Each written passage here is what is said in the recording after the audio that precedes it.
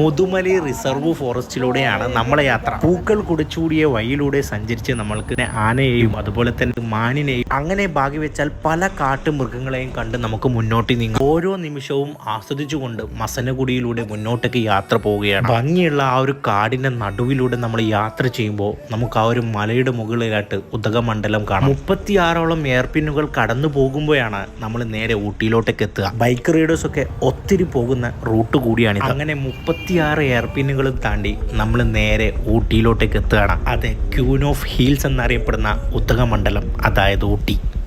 ഊട്ടിയിലോട്ടേക്ക് പോവുകയാണെങ്കിൽ അത് മസനഗുഡി വഴി തന്നെ പോകണം കേട്ടോ. വെളുപ്പിനെ വയനാട് മേപ്പാടി വഴി കുളിരൊക്കെ കൊണ്ടൊരു ചായയൊക്കെ കുടിച്ച് മുതുമലൈ റിസർവ് ഫോറസ്റ്റിലൂടെയാണ് നമ്മളെ യാത്ര.